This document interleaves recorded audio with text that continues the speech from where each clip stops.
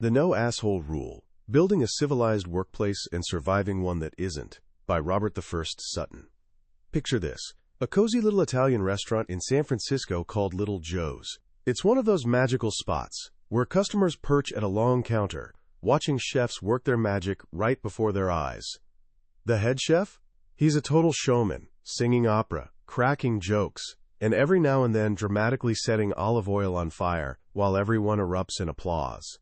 The staff sport t-shirts declaring, "Rain or shine, there is always a line." And honestly, it's completely true. The whole place just radiates warmth and happiness. But then one day, the vibe completely tanks. There's this guy at the counter being absolutely awful to everyone. He's making crude comments to the waitress, loudly trashing his food, and basically insulting anyone who even glances in his direction. He's like a black hole of negativity, just sucking every ounce of joy out of the room. You can feel the tension building. The laughter dies. Right when it seems like this one person is going to ruin everyone's day, another customer stands up, walks over to him, and says loud enough for everyone to hear, "Excuse me, but you are truly an amazing person.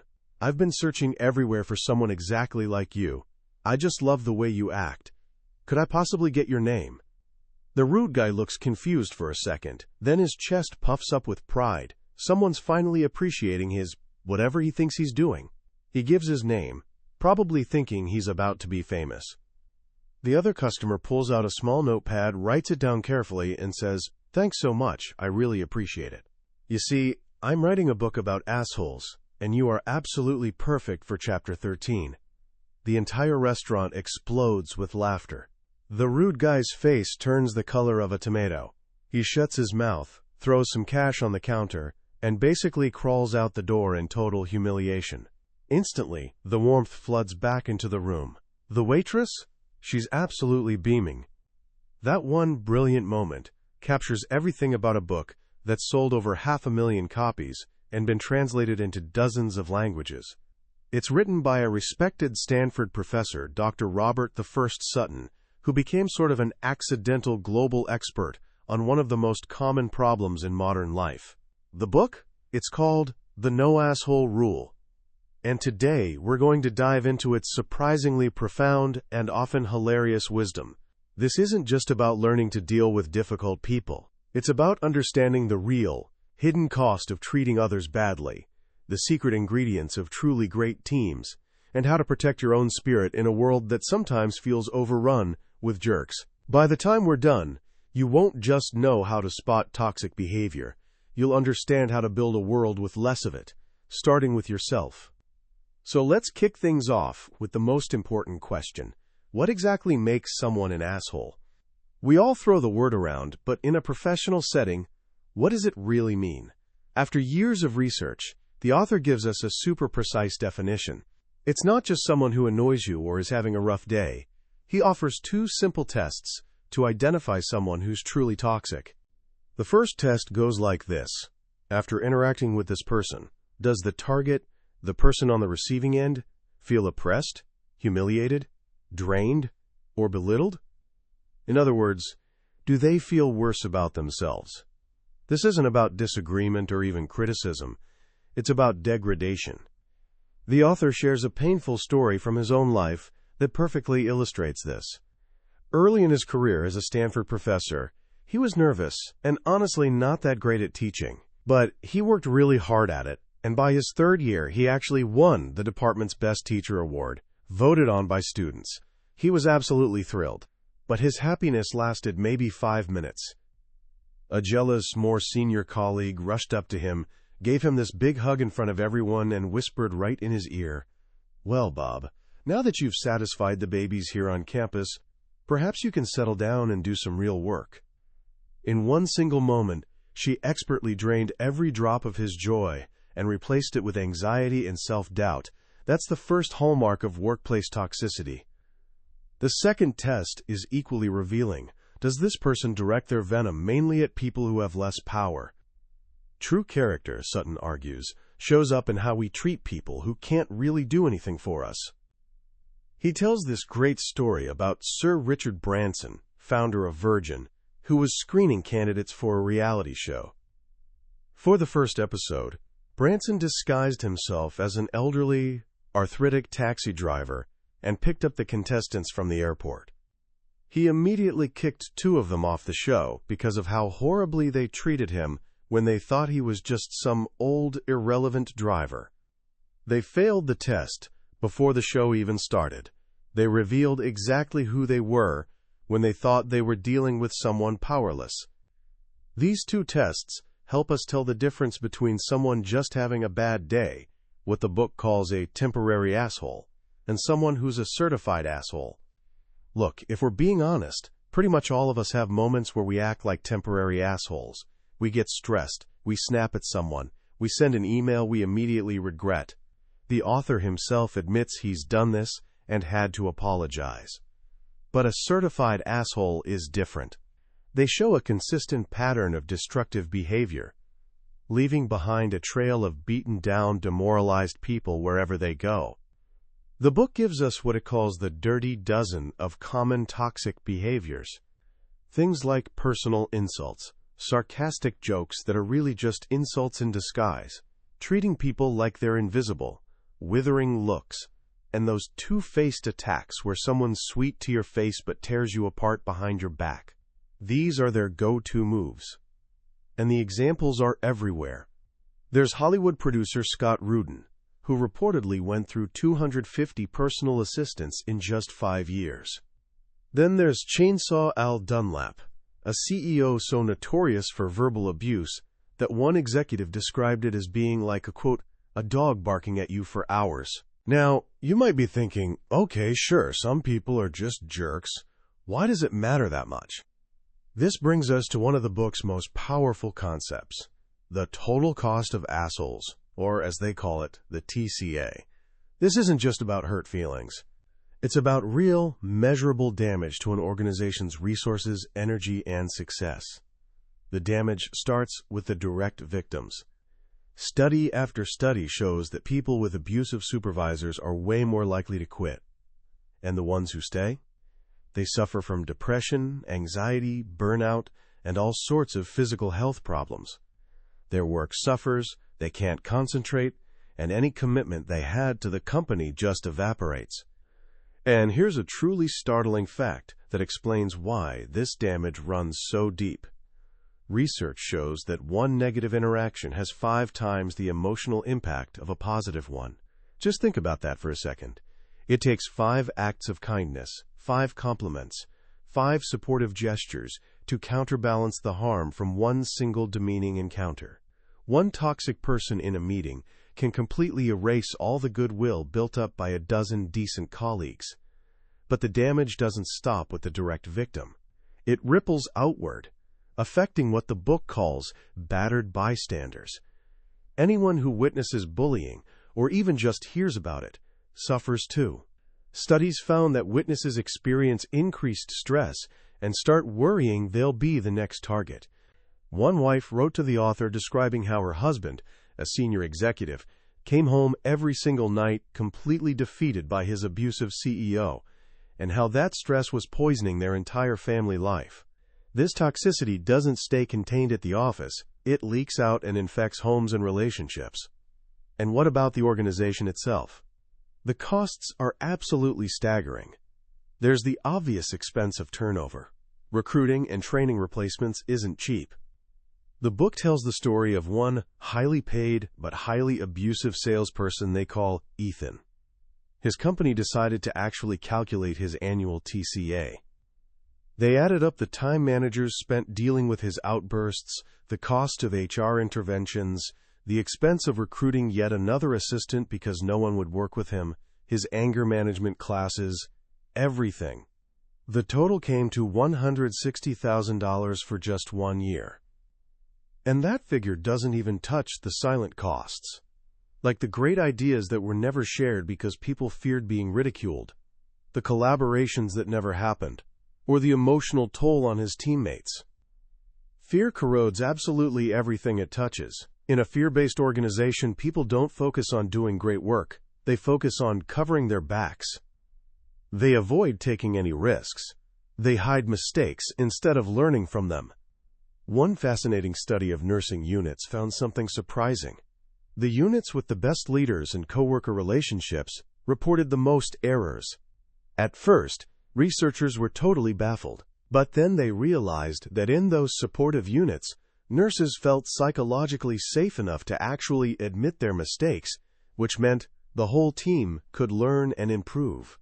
In the toxic units, nurses were terrified of being blamed, so mistakes got hidden, which actually put patients at risk. So, if toxic people are this destructive, why do so many organizations put up with them? The answer usually boils down to a dangerous myth. The idea of the talented jerk, or the brilliant bastard. The person who's supposedly so good at their job that their terrible behavior is just the price everyone has to pay. This is where the book takes its strongest stand. It argues this is completely false. The most successful, innovative, and civilized organizations don't see performance and decency as separate things. They understand that if you routinely demean others, you are by definition incompetent, no matter how brilliant your other skills might be. This brings us to the heart of the solution. How do you actually build a workplace that enforces the no asshole rule? It starts with making the rule public. And not with some bland corporate mission statement about respect. The book celebrates companies that are refreshingly blunt about it. A Canadian production company had a simple motto: life is too short to work with asshole directors or producers. The software company SuccessFactors lists as a core value respect for the individual, no assholes. But talk is cheap, right? The rule only has real power when it's backed by action, especially in hiring and firing. The most effective companies are absolutely ruthless about screening jerks out before they ever get hired. The design firm IDEO, for example, puts candidates through this extensive interview process where they interact with people who'd be above them, below them, and alongside them in the organization. They're looking for human qualities, for cultural fit. They know that assholes tend to hire other assholes, a process called homosocial reproduction. So they involve a diverse group in hiring decisions to stop that cycle before it starts. And what about star performers who are also certified assholes? This is the ultimate test of a company's commitment. The book shares the story of Men's Warehouse, which fired one of its most successful salespeople. Why? Because he stole customers from colleagues, refused to work as part of the team, and created a toxic atmosphere. On paper, he was a superstar, but he was actively destroying the store's culture. After they let him go, something remarkable happened. Total sales in that store jumped almost 30%. The jerk wasn't a star who happened to be an asshole. His toxic behavior was actually suppressing everyone else's performance. Enforcing the rule also means applying it to customers. Joe Gold, founder of Gold's Gym, had a beautiful philosophy. No jerks allowed. Members pay on time, and if they give you any crap, throw 'em out. Southwest Airlines is famous for this approach. They've actually sent letters to abusive passengers, telling them they're no longer welcome to fly Southwest. One of their executives personally walked a screaming, irate customer over to another airline's counter and bought him a ticket, explaining that Southwest employees don't deserve that kind of treatment. The message is crystal clear. Our people's dignity is not for sale. Now, one of the most fascinating parts of this journey takes us completely away from the office and into the wild, to a troop of baboons in Kenya. It's a story that reveals something profound about power, status, and civility. Researchers had been studying a group of baboons known as the garbage dump troop because they got their food from a tourist lodge's garbage pit. In the early 1980s, the troop was completely dominated by the biggest, meanest, most aggressive alpha males. They bullied everyone relentlessly, hoarded the best food, and constantly attacked lower-status males and females. It was classic, top-down, fear-based society. Then tragedy struck. Infected meat from the garbage pit caused a tuberculosis outbreak that killed off all the aggressive alpha males.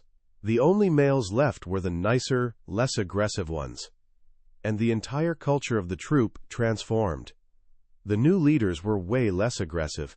They didn't bully weaker members. The baboons spent much more time grooming each other, a sign of social bonding. Stress hormone levels in the lowest-ranking males dropped dramatically. Most remarkably, this new, more peaceful culture lasted for decades.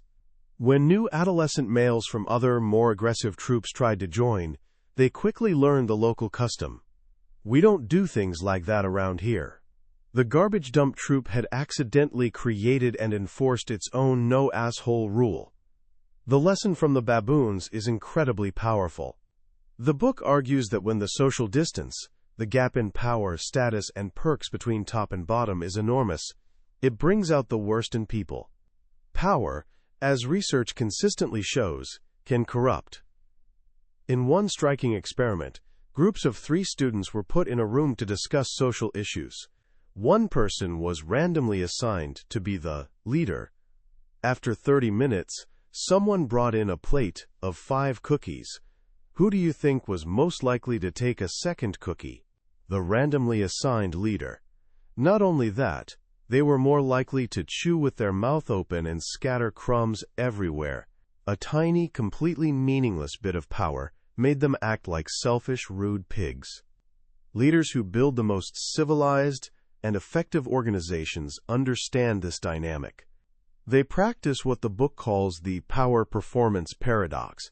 They acknowledge that hierarchies exist, but they do everything possible to minimize and downplay status differences. Think of James Sinegal, the CEO of Costco. Back in 2003, his salary was about 10 times what his top hourly employees earned, a tiny fraction of the 500-to-1 ratio common at other large corporations. He visits hundreds of stores every year, not to intimidate, but to genuinely listen. He's actively reducing the distance. He's behaving like one of those new, civilized baboon leaders.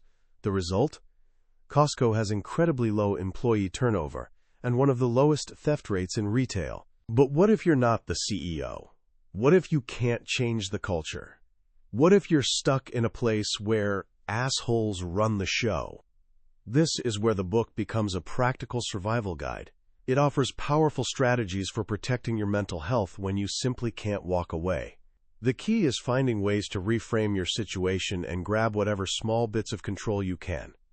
The book shares the story of an executive named Ruth who found herself in this nasty political battle with colleagues who constantly belittled and undermined her. The first time it happened, she fought back hard and got completely crushed, leaving her emotionally and physically exhausted. Years later, when the same dynamic started up again with the same people, she remembered a lesson from a river rafting guide. The guide had told her that if you fall into dangerous rapids, don't fight the current. Instead, lie on your back, put your feet out in front of you, and let your life vest keep you afloat. Use your feet to push off rocks, protecting your head and conserving energy until you reach calm water. In the middle of a toxic meeting, as the attacks began, Ruth literally stretched her feet out onto the table and visualized herself floating through rapids. She told herself, "I just got thrown out of the boat by these assholes, but I know how to survive." Instead of feeling like a victim, she felt strong. She chose not to engage, not to absorb their venom. She focused on bouncing off the boulders they threw at her and preserving her energy. She completely reframed the experience from victimization to strategic survival. This Satan's cesspool strategy allowed her to get through the ordeal with her confidence and spirit intact.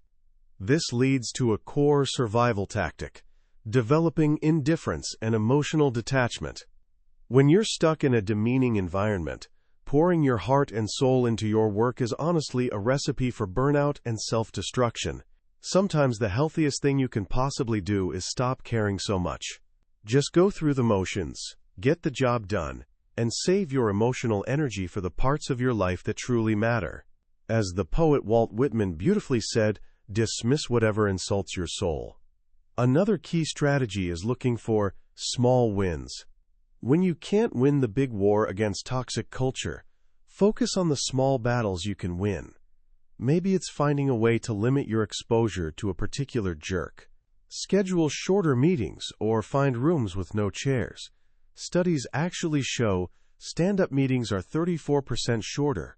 Maybe it's finding a pocket of safety, a supportive colleague, or a group of fellow survivors who can offer emotional support. Even a brief kind word from a customer can be a small win that helps you get through the day. These tiny victories give you a sense of control, which is absolutely essential for maintaining your well-being in a seemingly powerless situation. Now, after exploring how to build asshole-free organizations and how to survive toxic ones, the book turns the lens inward and asks the most uncomfortable question of all. What if the asshole is you? It's a tough question because almost nobody thinks they're a bully. A national survey found that while 37% of working Americans report being bullied, less than half of 1% admit to being a bully themselves. We're all masters at justifying our own bad behavior. The book argues that nastiness spreads like a contagious disease, what it calls asshole poisoning. When you're surrounded by contempt and hostility, it's incredibly easy to catch it and start spreading it yourself. The author tells a story about joining a group of management gurus during the dot-com boom. The meetings turned into this pathetic game of one-upmanship, with the men constantly interrupting each other, bragging endlessly, and jockeying for status. He found himself getting sucked right into it, and his wife pointed out that he was coming home from these meetings acting like a pompous jerk. He'd caught the disease. He quit the group. So how do we keep our inner jerk in check? The first step is honest self-awareness. The book includes a humorous but revealing self-test with questions like, do you feel surrounded by incompetent idiots? Do you secretly enjoy watching others suffer and squirm? And, do people seem to stop having fun when you show up? It's a wake-up call, a chance to see ourselves the way others might see us. A powerful antidote to asshole poisoning is changing how we frame our world. Researchers discovered that if they told students they were playing the, quote, community game, the students were far more cooperative and honest. But if they told another group they were playing the exact same game, but called it the Wall Street game, the students became much more competitive and ruthless. Just the name of the game changed how they played. We can apply this to our own lives. Do you frame your work as a cutthroat competition, where you have to push others down to get ahead? Or do you frame it as collaborative? Do you focus on what you're missing, or can you find contentment? The book includes this beautiful little poem by Kurt Vonnegut about his friend, author Joseph Heller. They were at a party thrown by a billionaire, and Vonnegut asked Heller how it felt, knowing their host probably made more money in a single day than Heller's famous novel, Catch-22, had earned in its entire history.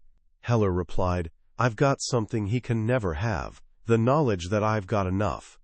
Adopting that frame, the knowledge that you have enough, is powerful protection against the envy and arrogance that fuel so much bad behavior. Finally, the book tackles an uncomfortable truth. Are there actually virtues to being an asshole? It's a dangerous question because it's exactly the justification every destructive jerk uses to rationalize their behavior. The book reluctantly admits that, in the short term, acting like an asshole can sometimes appear effective. Expressing anger can make you seem more powerful. Intimidation can vanquish rivals. And fear can be a potent, if damaging, motivator. Steve Jobs is the classic example, famous for his tantrums and brutal critiques, who also inspired incredible creativity and perfectionism. But the book argues these are delusions of effectiveness. Most successful assholes succeed despite their behavior, not because of it. They're often completely blind to the true cost of their actions, the silent enemies they create, the talented people they drive away, and the asshole taxes they pay when consultants and contractors charge them premium rates just to put up with them. They mistake their successful power grabs for successful leadership, not realizing the skills needed for one are often completely opposite to the skills needed for the other. In the end, the journey comes full circle, back to that restaurant in San Francisco. The message isn't just about efficiency or productivity. It's about a fundamental choice.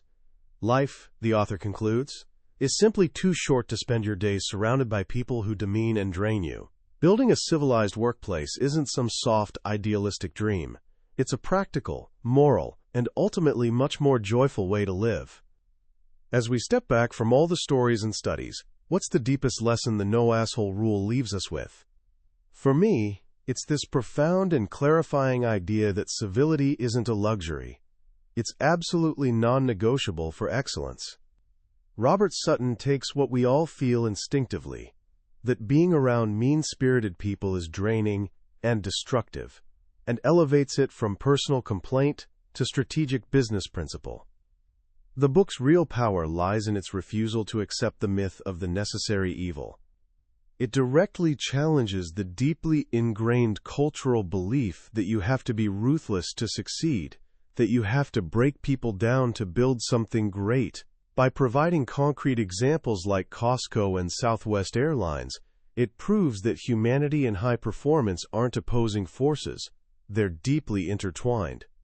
An organization that protects its people's dignity isn't just a nicer place to work. It's a smarter, more resilient, and ultimately more successful place to work. But the most personal and perhaps most challenging takeaway is the call for self-reflection. It's easy to point fingers and label others.